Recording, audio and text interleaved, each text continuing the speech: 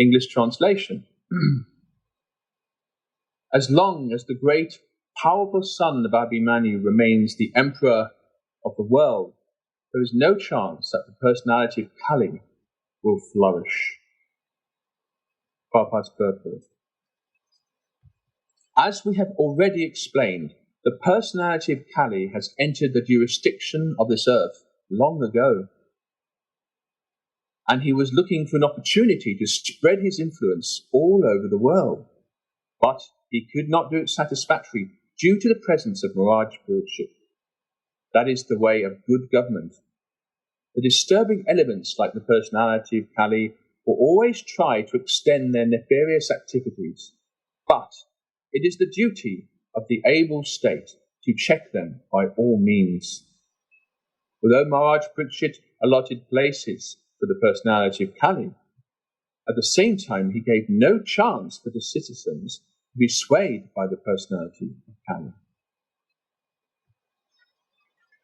Om Ajnanam Tiridam Dasya Janang Janashlakaya Taksho Om Mityamyena Tasmai Sri Gurve Namaha Shri Chaitanya Manobhishtam Sapitam Yena Bhutale Swayam Rupa Karamayam Dharati Svapadantikam He Krishna Karuna Sindhu Dina Bandhu Jagapate Gopisha Gopikanta Radha Kanta Namostate Nama Om Vishnupadaya Krishna Prasaya Bhutale Srimati Bhaktivedanta Swami Nitinamine Namaste Saraswati Devi Gurvani Prachadine Nivasesha Shunyavadi Prashachate Satadine Jai Shri Krishna Chaitanya Prabhu Nityananda Sri Advaita Gadadha Sivasadi Gaur Bhaktivedanta Hare Krishna Krishna Krishna Hare Hare Hare Rama Rama Rama Hare Hare Hare Krishna Krishna Krishna Hare Hare Hare Rama Rama Rama Hare Hare. The English translation to that verse again. As long as the great powerful son of Abhimanyu remains the emperor of the world, there is no chance that the personality of Kali will flourish. So, of course, Maharaj Parikshit was the son of Abhimanyu. Abhimanyu himself, of course, was the late son of Arjuna. So effectively, of course, Maharaj Parikshit was in the line of the Pandavas, very much so, and he'd inherited this kingdom. But of course, Yudhisthira had left the throne, and he was left with this very difficult job to try and maintain the Vedic Dharma around the world. And yet, with Kali's advancing, though now, of course, in the early stages, by this time, Krishna had left the world, the Mahabharata war had finished, many of the great leaders and great personalities had also left during the war, of course. Krishna had gone, Balaram had gone. So Maharaj Parikshit had this huge responsibility to maintain Vedic Dharma throughout the entire civilized world, known world. And yet he was practically, yes, he had his armies, but it must have been a very lonely experience for him, so much against the odds. And yet he was still in the line of the Pandavas, Arjuna's grandson, basically. He was powerful. He was potent. And, of course, we have to understand a little bit, I think, about the cultural and the geographical context of this. We have to understand that Hastinapur, of course, was still the capital at that time of Bharatvarsh. But Bharatvarsh, or what we today call India, of course, was a lot larger 5,000 years ago than it is today. Borders and so forth are very different kind of entities. So, for example, the Bharatvarsh, that Maharaj Parikshit would have had jurisdiction over a huge kingdom right across Asia, actually, right across the civilized world. And most of the population at the time was actually in what we would now call India or thereabouts, or at least Central Asia. The rest of the world, Europe, for example, these were basically outposts. They were being, of course, they were still influenced by Vedic culture, but to a lesser degree as you got further away from Bharat. So basically, Bharat was the world. Sometimes in Vedic literature, you'll find that references to Bharat can also mean the world. It can also mean India. Because basically, 5,000 years ago, India was the world, or the center of the civilized world, the Vedic culture, the Dharma. And here's Maharaj Parikshit here, basically doing his best to basically uphold that against all odds, it would seem. Because Kali's time was coming and he had to find a way of getting in. Marge Pritchard, of course, had different ideas of his own. Of course, at that time, in former yugas and people could, people in Bharat, very much more in touch with these things, mysticism. People could see demigods. Demigods would even come to the earth at the time. But now, of course, with the outset of Kali Yuga, the demigods stopped coming to the earth. So Marge Pritchard really had an uphill struggle, and yet he used all his power, all his might, and all his armies. And sometimes he would have to rule with an iron fist, because all around him were all these various kingdoms that would, of course, that the system was they would offer a Rajasura sacrifice to Yudhisthira or whoever was on the throne at the time, to pledge allegiance to the supreme king at Hastinapur. And Pritchard had kind of inherited that throne of emperor, of being the emperor. However, the earth was not what it was. It wasn't what it was. It must have been very, very difficult. I just wanted to we also have to understand, I think, just to kind of make this more relevant for today, the ideal government is a very, very important point here. Prabhupada mentions in his purport, what is the way of a good government? The way of a good government is to basically check by all means disturbing elements. For example, animal slaughter would have been a very disturbing element from the Vedic Dharmic point of view. Gambling, prostitution, intoxication. These things were simply not tolerated by Marge Pritchard. But obviously what was going on, he was having to go out with his armies, and not just through force, but actually through example. Often 90% of leadership was, if not more than 90%, is actually through example, through practice, where the citizens were inspired by their emperor. And how did that happen? There was a symbiotic relationship between the Kshatriyas, the ruling class, and the Brahmanas. This was the essence, the foundation of Vedic culture. It is described in the Bhagavatam that Marge, and in Prabhupada's purport, that Marge Pritchard was very, very respectful towards the Brahmanas, up until a bit later, as we will soon learn.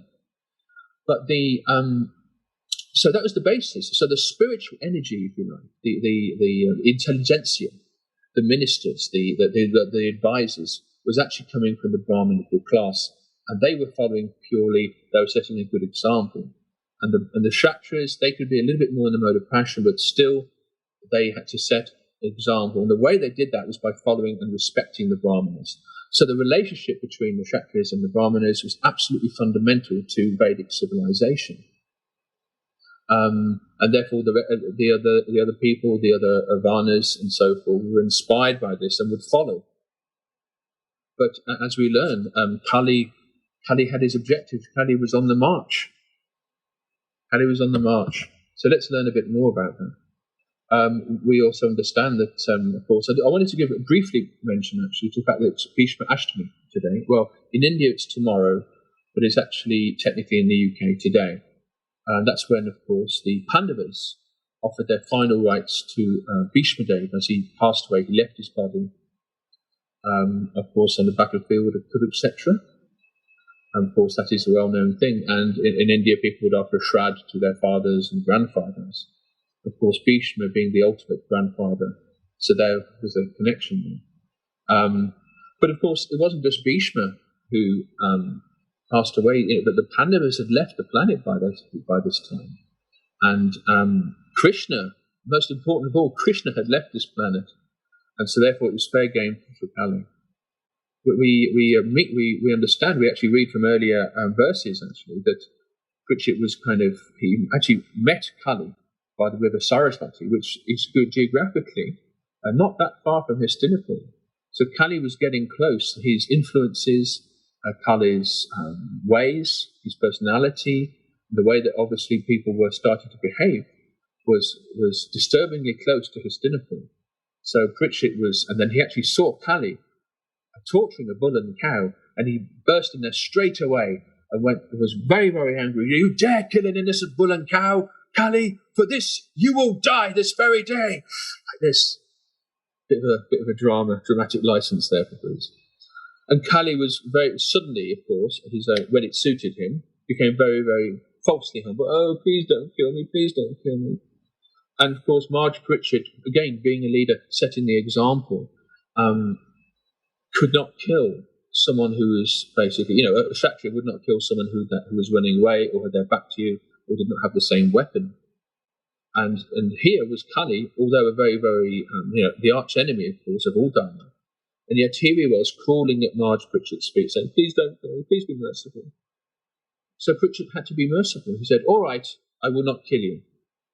But you cannot be here in my kingdom. Get ye hence. Get out of here. You're not welcome on the earth. You're certainly not welcome in Bharat with your undharmic ways, your kind of atheistic behavior, your intoxication, and so forth. And Kali said, well, where can I go? There must be somewhere on the earth I can linger. And Pritchard replied, all right, wherever you can find prostitution, gambling, intoxication, and animal slaughtering, that's where you can reside.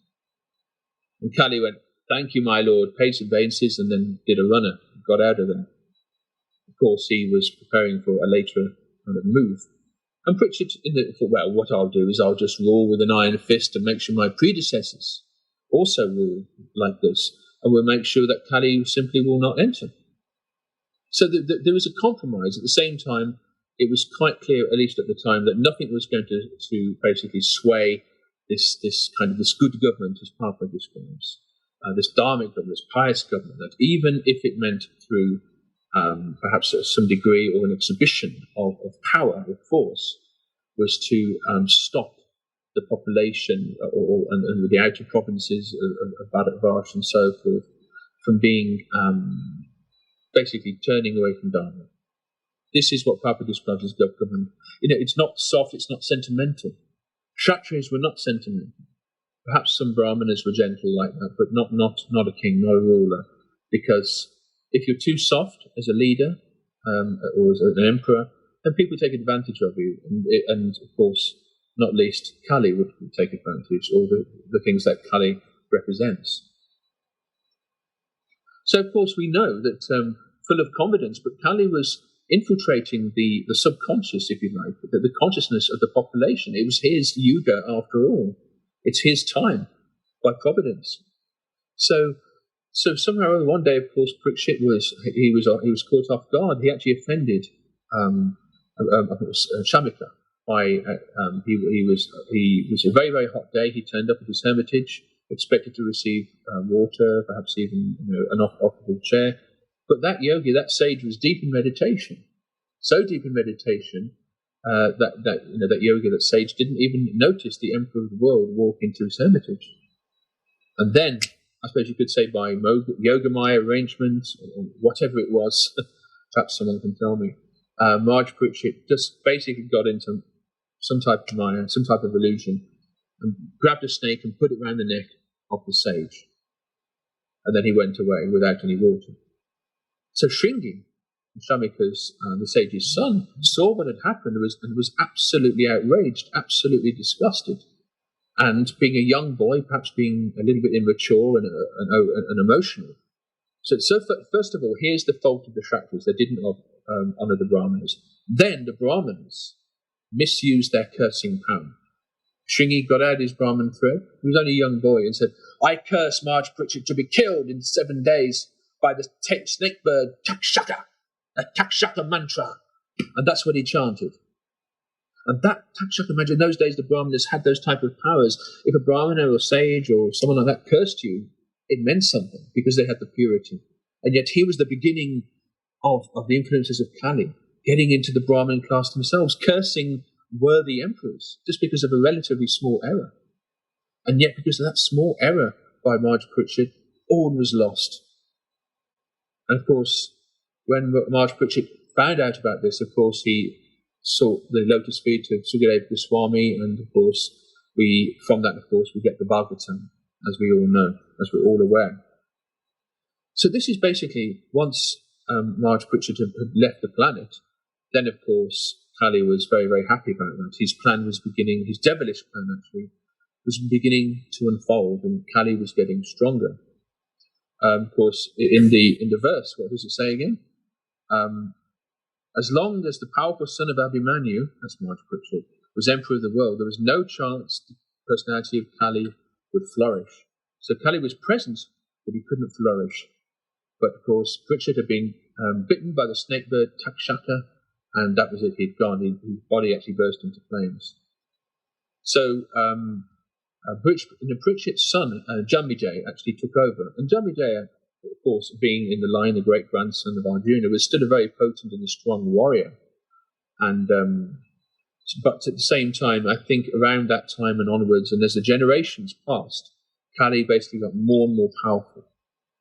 This is Jambijay was actually. I was reading about him the other day. He was actually someone who was also ruling very, very strongly. He was again, but at that point it was, I suppose Kali was the other outer provinces, outer regions were becoming increasingly less respectful, let's say, to the throne of Hastinapur, and so on and so forth. So the rest is history. This is the downfall of Dharma, the downfall of Bharat, and the influences, the strengthening of the age of Kali. Actually, it's quite interesting that if you actually leap forward now, we were talking about the Bhagavatam, we're now here in the first canto, so actually we're going to leap now to the 12th canto of the Srimad Bhagavatam, because in there, the first 6 verses of chapter 2 of the 12th canto, we read all about the symptoms of the age of Kali, and these things started to come in, of course, more and more and more. So from, say, around the beginning of Kali, of course, up until recently, or up until now, all these things have basically flourished. So let's read from verses 1 to 6 of chapter 2 of the 12th canto. It reads, O King, religion, truthfulness, cleanliness, tolerance, mercy, duration of life, physical strength, and memory will all diminish day by day because of the powerful influence of the age of Kali. In Kali Yuga, wealth alone will be considered a sign of man's good birth, proper behavior, and fine qualities, and law and justice will be applied only on the basis of one's power.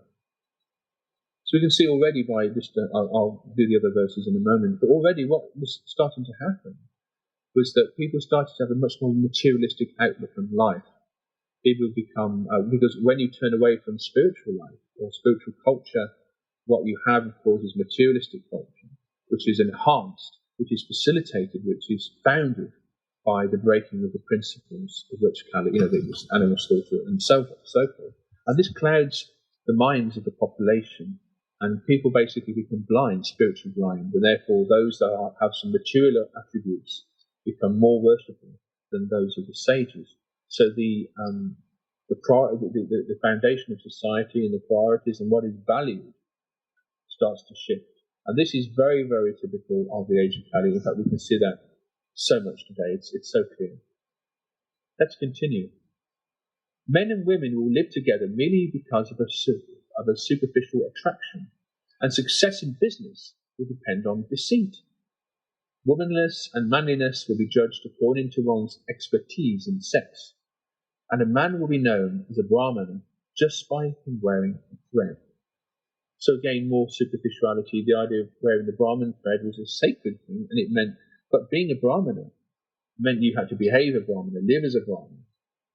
And yet what was happening was the Varna and Ashram system, which was prevalent in existence before the Kali Yuga and worked very nicely, as I mentioned, the foundation built with the Kshatriyas and their relationship with the Brahmanas. Suddenly more and more unqualified Brahmanas started to emerge, and people call themselves Brahmanas merely by their birth and nothing else.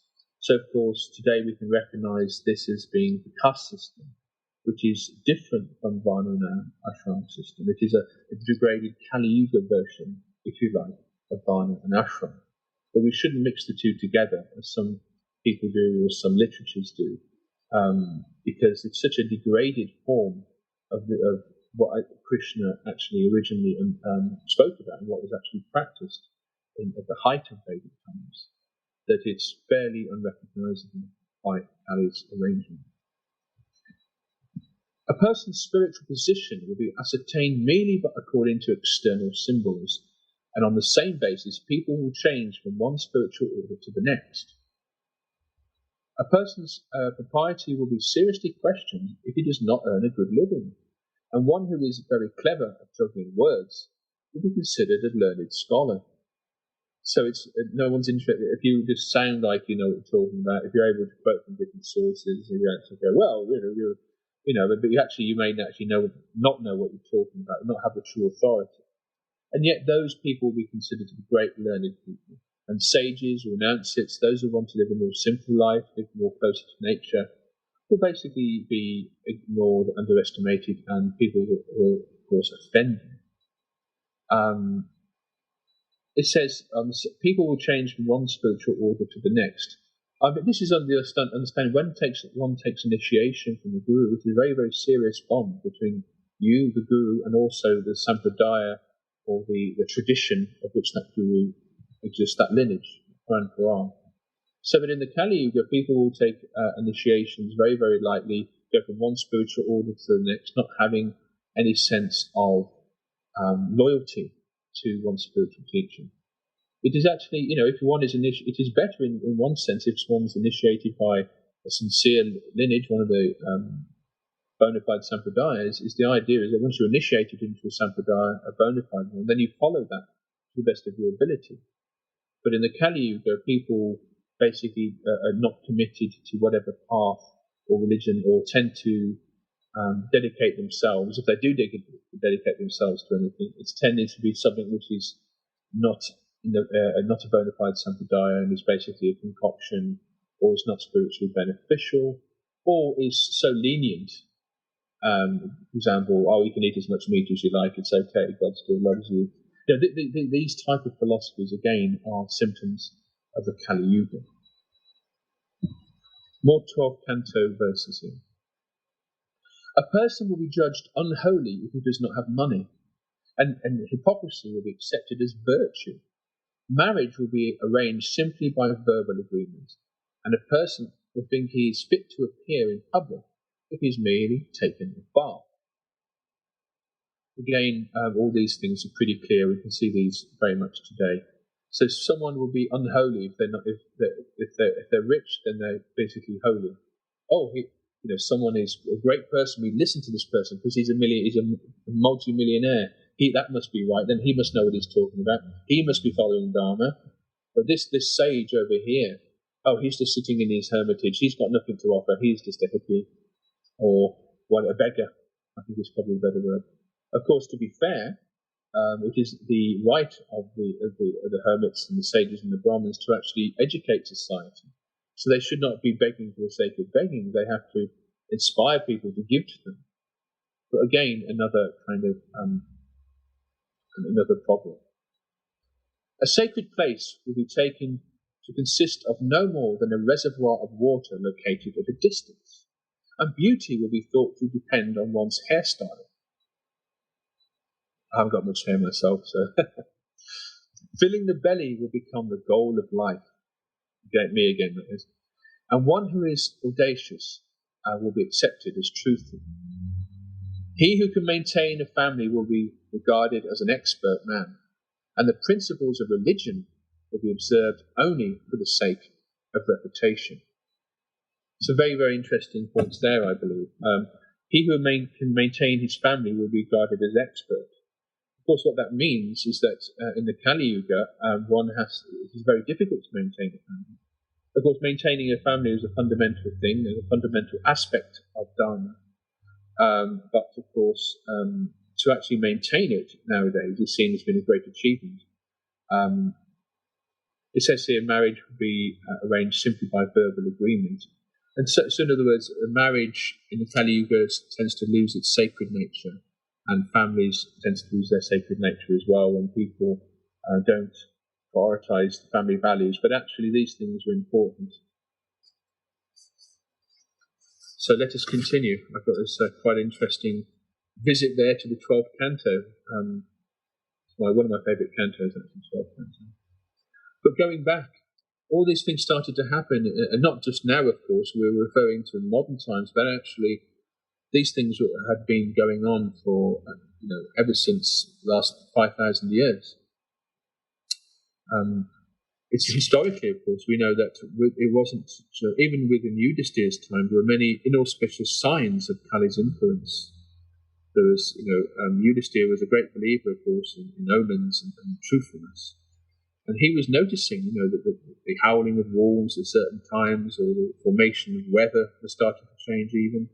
Of course, all these things, again, are symptoms of Kali. There's earthquakes and floods and droughts. So the Sarasvati River, for example, that Maharaj Parikshit met Kali at, that begins, of course, to dry up. In fact, today the Sarasvati River is not visible on land. It is obviously just underground. And yet we know there are some scholars, again, they're kind of word jugglers, let's say, who don't even believe the Sarasvati River ever existed. And yet the Sarasvati River is mentioned numerous times in Vedic text as a sacred river, even here in the Bhagavatam. And also with NASA satellite photographs and so forth, you can actually see where the Sarasvati River used to be, because there's a slight indentation at Shumini, but it's underground. Again, as the Kali Yuga goes by, that will happen to all the sacred rivers eventually. Fortunately, we're not so much into the Kali Yuga at present. We still have the Ganges, for example, and so forth. But a decline in morals, of course, in leaders. Vash became, I suppose, superseded by other empires, the Egyptians, for example, and Persians empires, and all these other world civilizations, but were influenced, or everything's ultimately influenced by the Vedas, Dharma, but Vedic culture was around the whole world. But more and more civilizations started to spring up around the world, and India's culture became less centralized, let's say, much more so before. But India itself, the Dharmic decline started to produce, of course, Buddhism. Lord Buddha came, and there was Jainism with Mahavira and so forth, because people said, there's not a different way, this is so degraded now, we have to kind of revisit or try to reset some of these teachings. That people were killing cows, people were killing animals for sacrifice in the name of the Vedic text. So Buddha had to come, especially actually in very much into Gaya area, and into very North India where Nepal is. There was animal slaughter rituals. In fact, until quite recently, mass animal slaughter was taking place in the name of Dharma. Lord Buddha had to come and stop these things by taking people away from the Vedas, because people's understanding, people become so degraded, the so-called Brahmanas. Not saying that all Brahmanas were wrong, but there was many, let's say, false Brahmanas that were misunderstanding, misconstruing, and misrepresenting the Vedic text. So there had to be different branches, if you like, of Dharma that would come about. And then we get to 12th canto. Actually, I wanted to mention a little bit here. 12th canto, chapter 1 this time, verse 34, an interesting extract here. It describes that what was going on. It describes the ongoing moral decline. For example, 34 of chapter 1, 12th canto, the land along the Sindhu River, of course today I think they call that the Indus River, will be ruled by Sudras, fallen Brahmanas and meat-eaters. Having given up the path of Vedic civilization, they would have lost all spiritual strength. There will be many such uncivilized kings ruling at the same time, O King Parikshit, and they will all be uncharitable, possessed of fierce tempers, and great devotees of religion and falsity. So not great devotees of Krishna, but great devotees of irreligion and falsity. These barbarians, in the disguise of kings, will devour the citizenry, murdering innocent women, children, cows and brahmanas, and coveting the wives and property of other men. Of course, here we're talking about invasions and wars and so forth, where the Kshatriyas, or so-called Kshatriyas of the Kali Yuga, will not be noble as Parikshit was noble, or Yudhisthira was noble, but probably had more in common with Duryodhana, actually. Or King Vena, where they basically were just interested in power, interested in their own ego, but prepared to conquer others. They allow their soldiers to kind of basically pillage other kingdoms and dominate through oppression, actually, and tyranny. So again, very much Kali Yuga. And the verse goes on. They will be erratic in their moods, have little strength of character, and will be very short-lived. Indeed, not purified by any Vedic rituals and lacking in the practice of regulatory principles, they will be completely covered by the modes of passion and ignorance, the lower modes of nature. The citizens governed by these low-class kings will imitate the character, behavior, and speech of their rulers. That's actually, when you think about it, a very, very telling line. It's quite interesting. The citizens will imitate the character, behavior, and speech of their rulers. So what's emphasized here, in fact, this has been the theme throughout, isn't it? It's the rulers that actually carry the example. They're the ones that actually carry the responsibility for their citizens. That's the whole point. It's not about citizens to be taxed and then taxed out of existence and then abused, and that the rulers would basically immerse themselves in sense gratification and Adamic behavior. No, it was that they were actually supposed to set the right example. And when the rulers degraded, and India's kings of various dynasties, of course, there was an assassination rather, in the Purojana dynasty, as described in the 12th canto. So the lineage, the Pandava lineage, let's say, had broken by then as the Kali went by, and things, of course, further degraded. But it's interesting what, the citizens, the average citizen, needs to have a role model in their life. That's basically a very important principle. And if the Kshatriyas are not following any kind of respect of anything, then what chance has anyone got, quite honestly? And this is, and of course, we look at this history, we have this idea, don't we, of a certain, at least a kind of a devotee's way of looking at history, which of course is true history. The idea that we are actually in a more degraded situation today than we were around the world 5,000 years ago, at least Bharat. We were told that actually it's the other way around, that we're actually becoming more civilized, that we're actually in some way at the peak of civilization, because now we have social media, now we have mobile phones, now we have the internet. Of course, I'm not saying these are bad things because I'm using it, but we have all these things. Now we have all this tech that makes us superior to the ancient hermits of old. But actually, this is not the case, actually, because what we're using is gross technology. And whereas in those times, particularly including the Pandavas and certainly the powerful Brahmanas, they had a lot of mystic powers, mystic technology, mystic weapons, celestial weapons, the demigods even. And of course, Brahmanas had all kinds of telepathic powers, the power to curse, the power to bless, and all kinds of things like that. It's just that we've lost that subtle and certainly that spiritual way of manipulating the world around us, or using the world around us. So we've resorted to technology, and gross things just involved with manipulating matter. So weaponry, for example, or certainly how we live our lives is more immersed in these things. But everything, remember, can be used in Krishna's service. So that's right, even your laptop, even your mobile phone, and even Zoom can be used, especially Zoom actually, can be used in Krishna's service. That's the saving power, actually.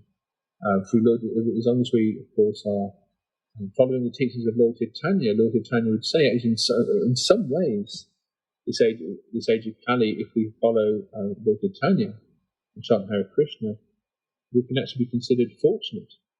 There are good things about the age of Kali, despite all those nasty things I've been talking about. Still, there are some perks. There are some perks.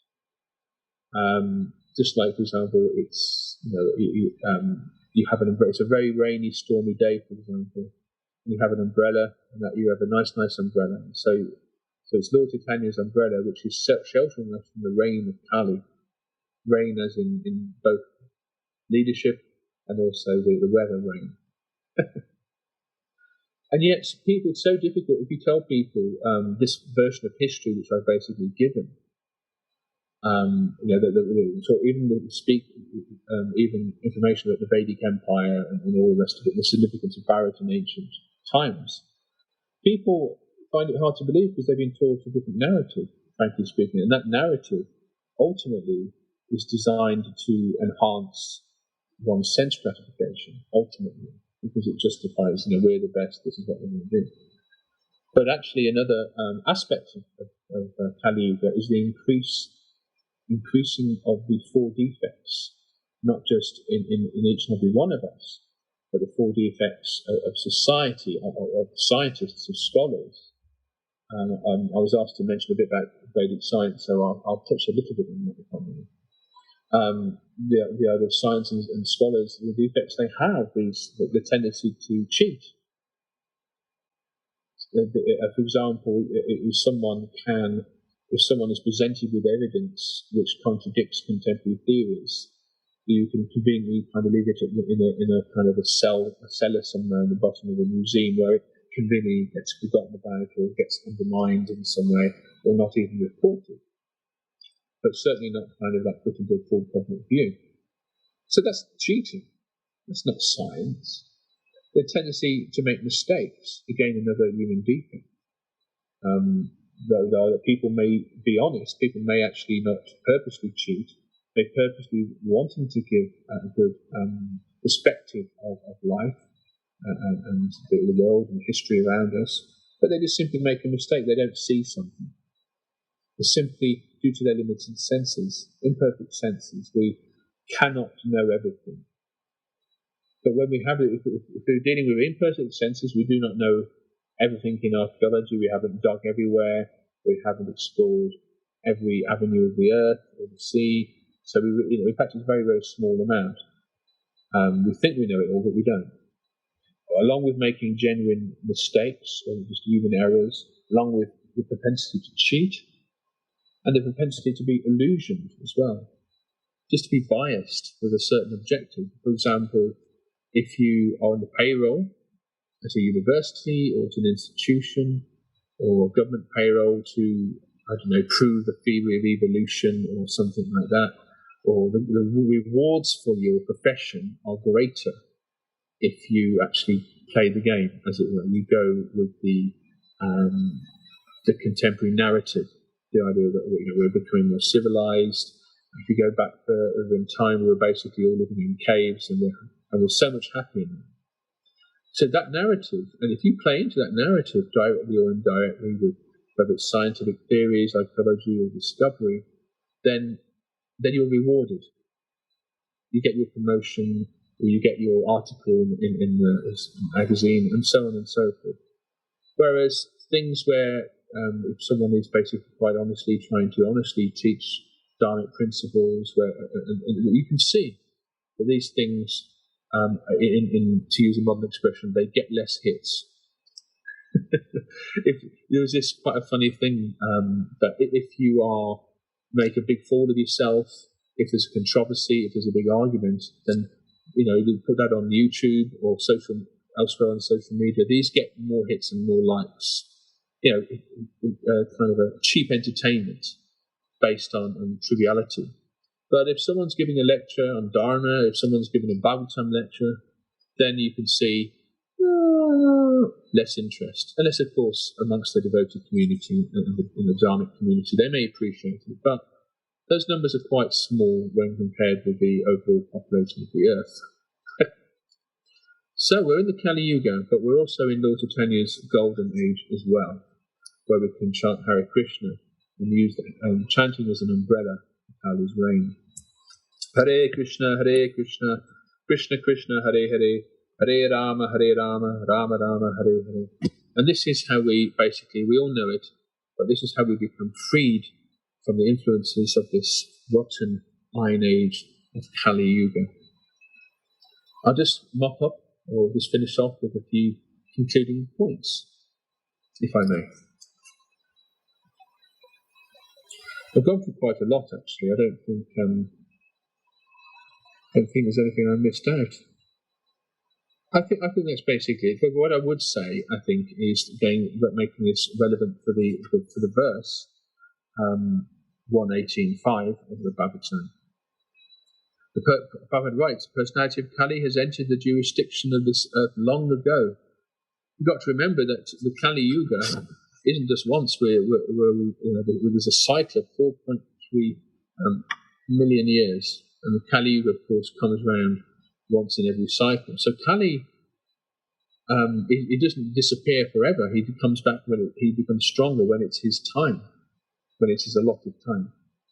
But he entered the jurisdiction of the earth long ago, before the reign of Maharaj Pritchard, but obviously it hadn't fructified by that time. But the way of a good government is to destroy disturbing elements who always try to extend their nefarious activities. So, in other words, for example, how can we make this relevant? What would a good leadership do today? Well, according to Prabhupada's purport here, a good leadership would actually be really trying to stamp out animal slaughter, for example, or these other aspects, or gambling, or meat eating, and so on and so forth. So, but actually, most governments are actually trying to increase them because their priority is the economy. Now, obviously, we need a good economy, but do we need an economy which is actually based on animal slaughter? Should we be opening up like casinos and things connected with gambling just because it provides jobs, it's okay because the local casino, we're going to turn, part of England into Las Vegas. Oh, that's okay because lots of people have now got jobs. Okay, we understand it's not a bad thing to seek jobs, especially now, but not in items or institutions or which actually facilitate Kali's objective. What to speak of slaughterhouses? What to speak of all the meat and fast food industries and so forth? These things are awful from the point of view of a Vedic emperor. And the Prabhupada actually did mention a few times that, the first thing, to do would, if they were, the world turned to ISKCON or Prabhupada or his disciples and said, okay, do what you wish. The first thing you would do is to stop animal slaughter. It would be nice, and there's so much animal slaughter goes on. My guess would be it would be a very tumultuous time. It wouldn't be easy. There'll be lots of people that try and stop you, and that's I don't know how the world would respond to the likes of Maharaj Pritchard today is anyone's guess, but he would certainly rule with an iron fist, I think, and as he did during his time.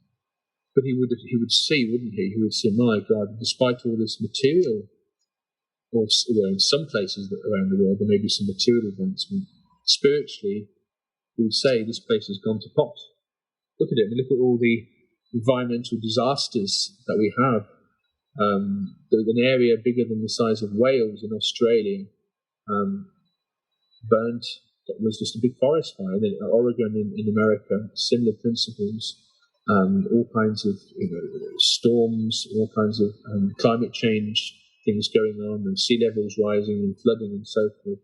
So these are all kind of inauspicious signs, and again, signs of the age of Kali.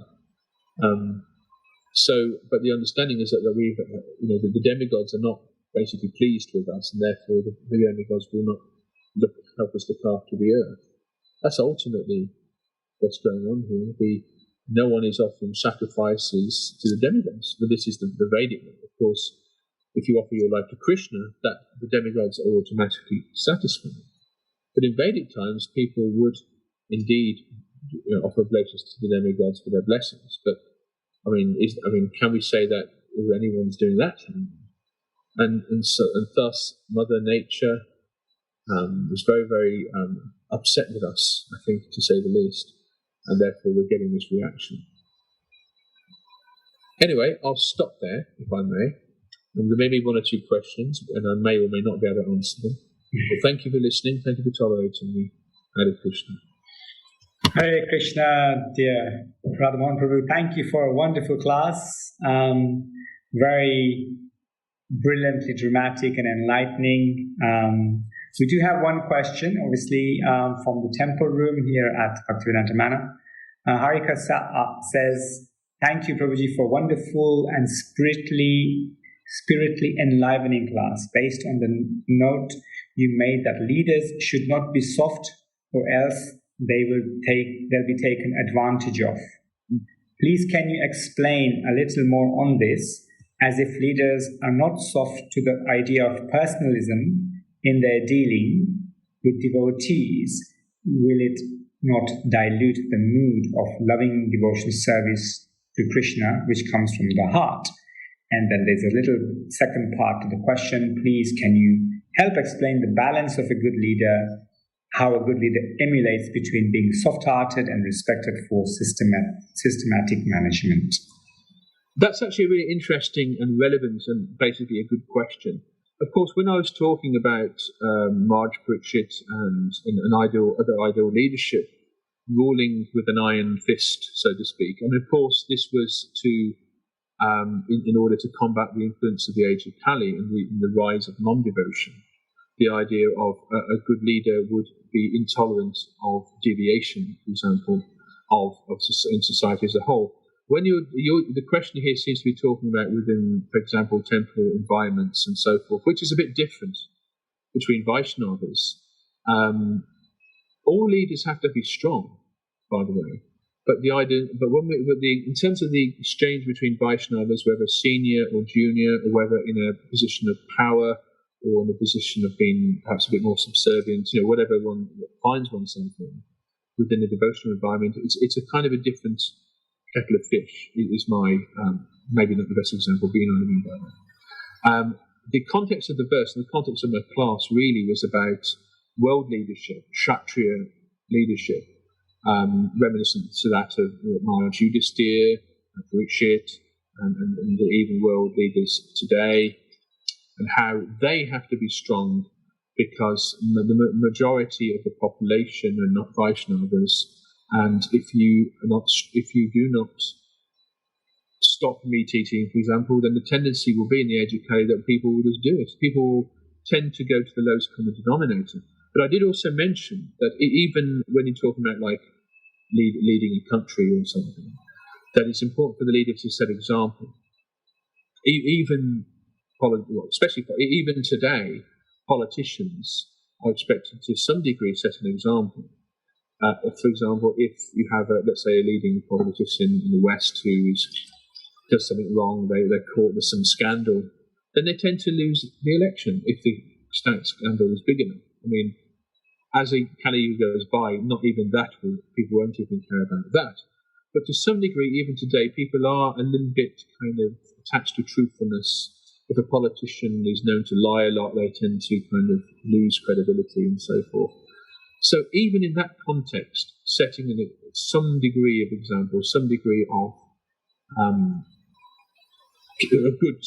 good character is even understood today. And amongst Vaishnavas and temples or in doing devotional service, that is absolutely paramount to it. So hopefully in a situation where leaders in spiritual institutions should be spiritual, because we are the Brahmanas actually. If you're in a temple environment, you are automatically really within the Brahmanic or Vaishnava Brahminical kind of culture. And we're not Kshatriyas. It's different. We're not ruling a country. We don't have a horse. We don't have a palace. We are Vaishnavas, which are above Brahmanas. All Vaishnavas can do the work of anyone, of any so-called caste. But Vaishnava is beyond that because we're devotees of Krishna.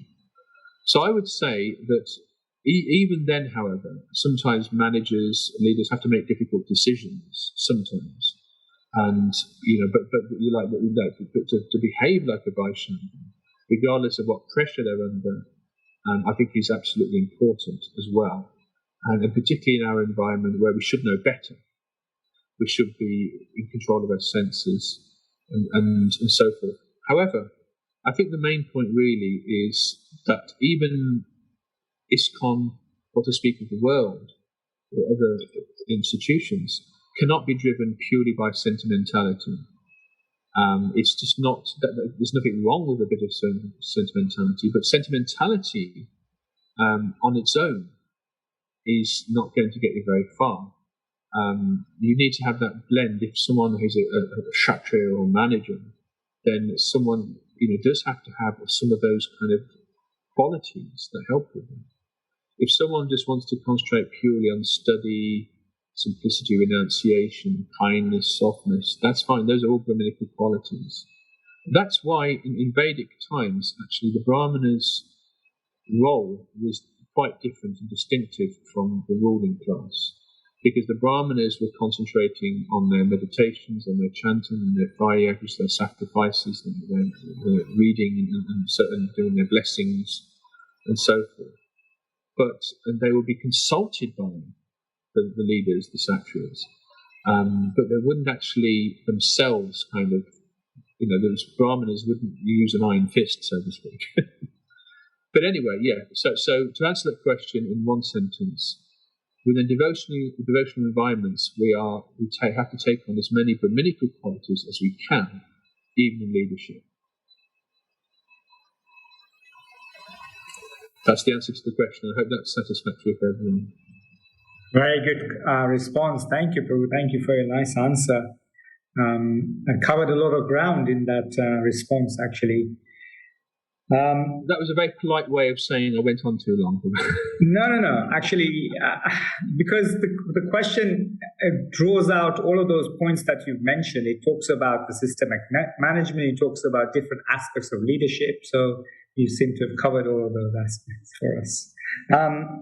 You also mentioned how, obviously, this movement, Lord Chaitanya's movement for 10,000 years, and Kali is a long way off till finishing. It's got 432,000 years. We've only had something around 5,000. So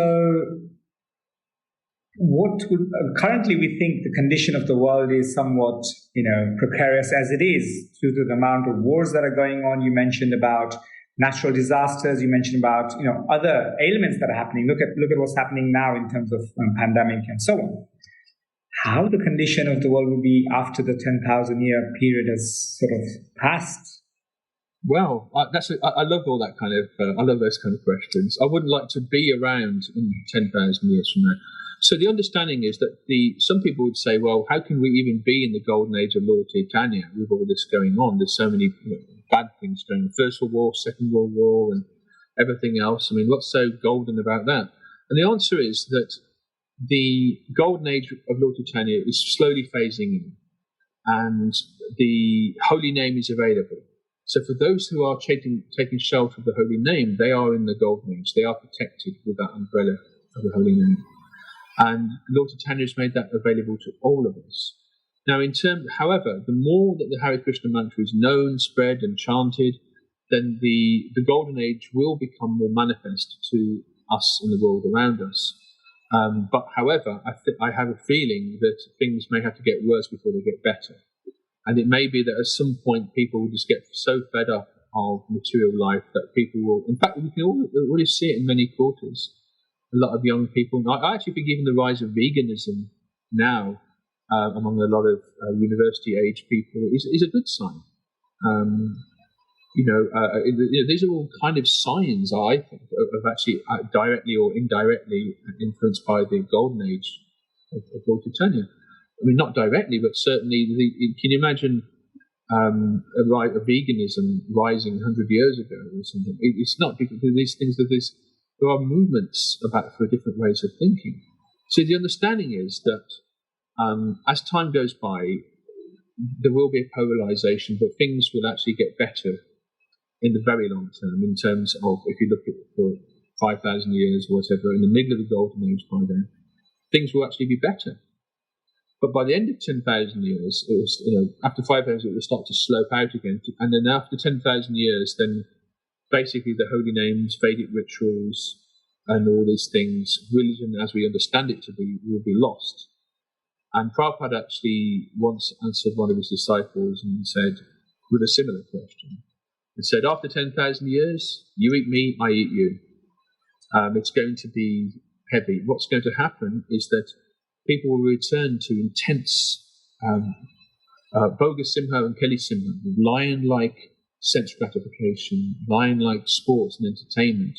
So the world will become opulent through its pious activities, but then it will be misused, and then basically things will degrade very, very rapidly after 10,000 years. The understanding is that the holy name will not be chanted, or any mantra, any genuine mantra, actually.